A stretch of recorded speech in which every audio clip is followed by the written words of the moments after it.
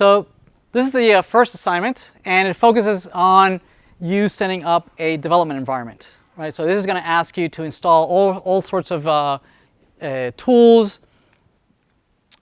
In particular, it's going to make sure that you have Java installed on your machines, that you have Java Home configured to point to where the JDK is installed, to make sure that you have the right paths in your environment. On Mac, you might need to update your bash profile. If you're on Windows, you'll need to maybe edit your environment variables. Then it walks you through installing Maven. Maven is a tool for building Java projects, where you provide a POM file that describes your project and all the various dependencies that your project needs, all the libraries that it might need. And Maven compiles, downloads all the libraries that your project depends on, packages everything up, and deploys it so that you can then run it. This would also run your tests, any JUnit tests that you might have declared. So this walks you through downloading and installing Maven. Next, it asks you to install Spring Boot. Spring Boot is a pre-configured Spring MVC framework that makes it very, very easy to set up a Java project. So for instance, you can say I want a web project, and just with a couple of commands, you can set up a running server that has a Hello World application. So it asks you to download and install Spring Boot. If you are on Mac, you can use brew to install the Spring Boot command line interface. Otherwise, on the configuration, if you navigate to this configuration, it'll walk you through the steps to do it manually, right? If you don't have brew installed. If you don't have brew installed, you can install it using Ruby. Once you have the Spring CLI command line interface installed, to create an application is really easy. You Spring init, you tell it that you want a web application, and then the name of the application. We're asking you to please follow this naming convention for your projects, where you have CS4500, Spring 2019, section, I think it's 3. This is section 3, I believe. And then followed by your CCIS username. Right? Mine is JGA. Yours will be something else. Once you go in there, this walks you through creating an index file where you have a welcome to CS4500. This is just to test that you have a web server up and running. Then you can clean install using Maven.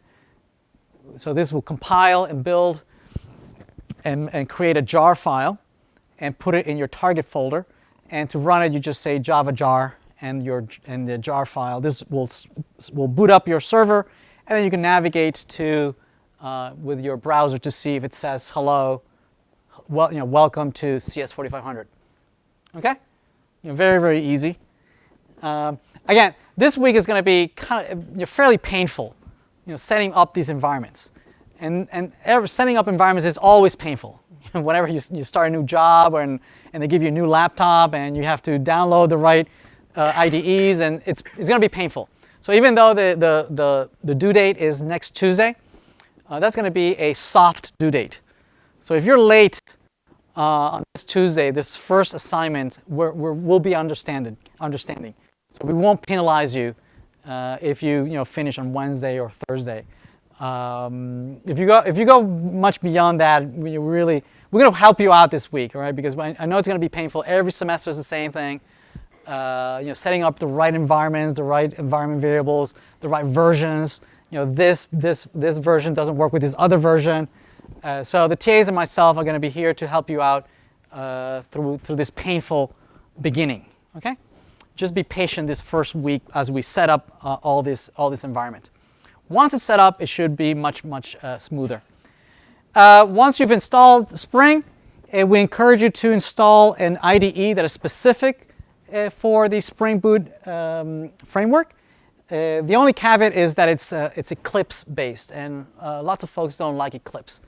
If you prefer IntelliJ, that's fine too. Although you'll have to set up you'll have to set it up so that it's aware of Spring Boot. All right, but importing a POM project should be easy just in IntelliJ. That shouldn't be a problem. So this walks you through importing the project we just built and running it from within your Spring Boot application. This walks you through creating your own Spring Boot application. So you could do it two ways, either using the CLI, the command line interface, and create the project that way, or you can use it, create it from within the IDE, either way. All right? This tells you to do it one way or the other, not both. Right? If you did the CLI, the command line interface, then use that instead, right? If you're doing the IDE, this walks you through doing it from the IDE. Then it asks you to create a REST controller. So REST controllers allow you to create URLs, map URLs to functions, so that if the server sees the following URL, it executes a particular function, or being able to invoke remote functions on a server by poking it with a URL, right, which is pretty cool. So if the server that is running sees this URL, localhost 8080/API/hello/string, it's going to respond with the string hello CS4500. Okay, this will be useful later on. Right? So this is just introducing a skill.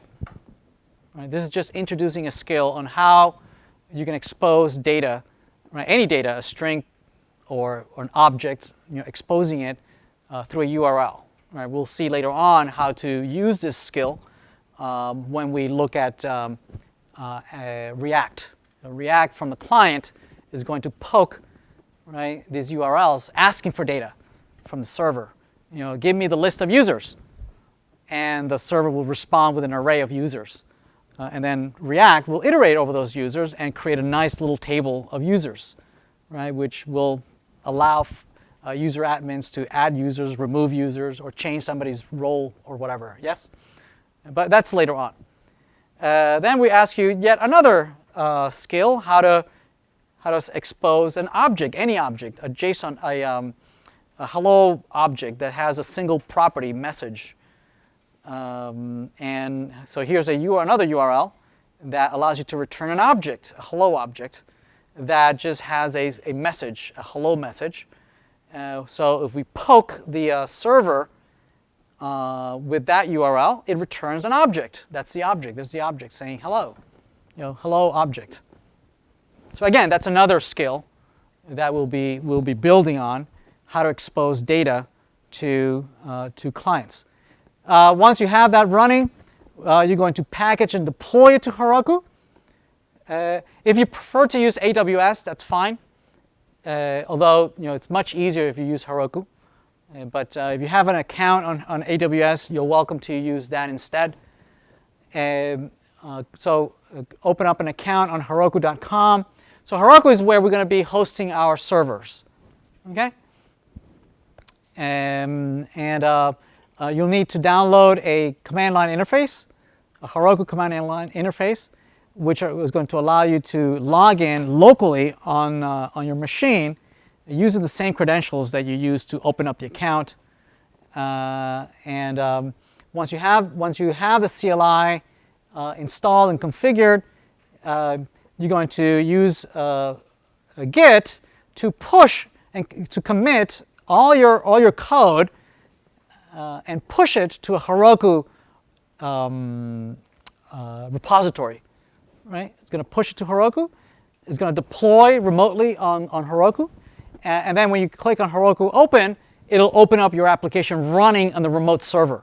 Right? So you're first going to test it running locally on your server, and then you're going to see it running on a remote server. You can rename it. By default, Heroku gives it a funny name for your applications, a unique random name. But you can rename your application. We're suggesting that you use this naming convention. So use the same name you use for the project. Right? So rename your application as CS4500 SP S43 JGA. What Heroku will do is that it will create a domain name that will have the name that you chose. If it's unique, if it's already taken, it won't let you. Right? And it'll append at the end Heroku app. So you'll have your domain, right, for your particular application.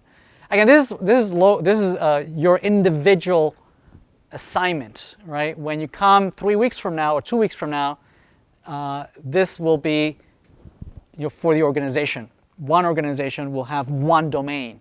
Yes? Right? This is individual to you, right? And in 2 weeks' time, the organization will have a domain. Okay? So this will be something like, SA4500, SP19, S3. Your organization, you'll be given a unique number, right? So, so you'll deploy there. So you'll commit and push all your code to github.com or CCIS. Your repository should also be called the same way, so all the names should be the same. You'll push it, and that repository, this is part of your deliverable this week. Your GitHub repository where you push all your code. Okay, so together, this URL in Heroku and the URL in GitHub, that'll be part of your deliverable this week, next Tuesday. Okay, you'll be asked for the deliverable, the URL for your web application and the repository, and make sure that you invited all the instructors as collaborators to your repository. Right? Each assignment has a rubric. So this assignment here, if you look at the assignment, we can edit it. You should be able to look at the rubric. Maybe. Where's the rubric? What? Oh no, that's a link. Sorry, that's not the assignments here. And the rubric will specify exactly what you'll be graded on. So for instance, have you submitted the Heroku URL? Have you submitted the GitHub URL? And do they actually work? Right? Have you invited everybody, all the TAs and myself, to your repository? If I hit your URL, does it say welcome to CS4500? If I hit your does your repo have the correct naming convention? So is it named, CS4500 SP19 section whatever, and then followed by your CCIS? Does it have that name? Does the Heroku domain have the right name? Does the object URL, does it return hello CS4500? I think it's supposed to say hello CS4500 object. So I got to fix that. Does the JSON return an actual object? Did you provide the account, the CCIS account? Right? There'll be a form. There's a form for this week that you need to fill out in a course material. This week, you'll need to fill out this form, CCIS accounts. Right? We need to have this as soon as possible, please. Okay? This will ask you for your first name, your last name, what section you're in, your NUID, and your CCIS. Okay? Your CCIS. You should all have a CCIS account. If you don't have one or you don't remember it, you can go to myccsneu.edu, or you can go to the system administrator and you can reset your username. Right? So make sure that you know your CCIS. We're going to be using this CCIS to create Jira accounts for you. Okay? Right? So please have this submitted by next Tuesday. Leave. All right. All right. Any questions on that?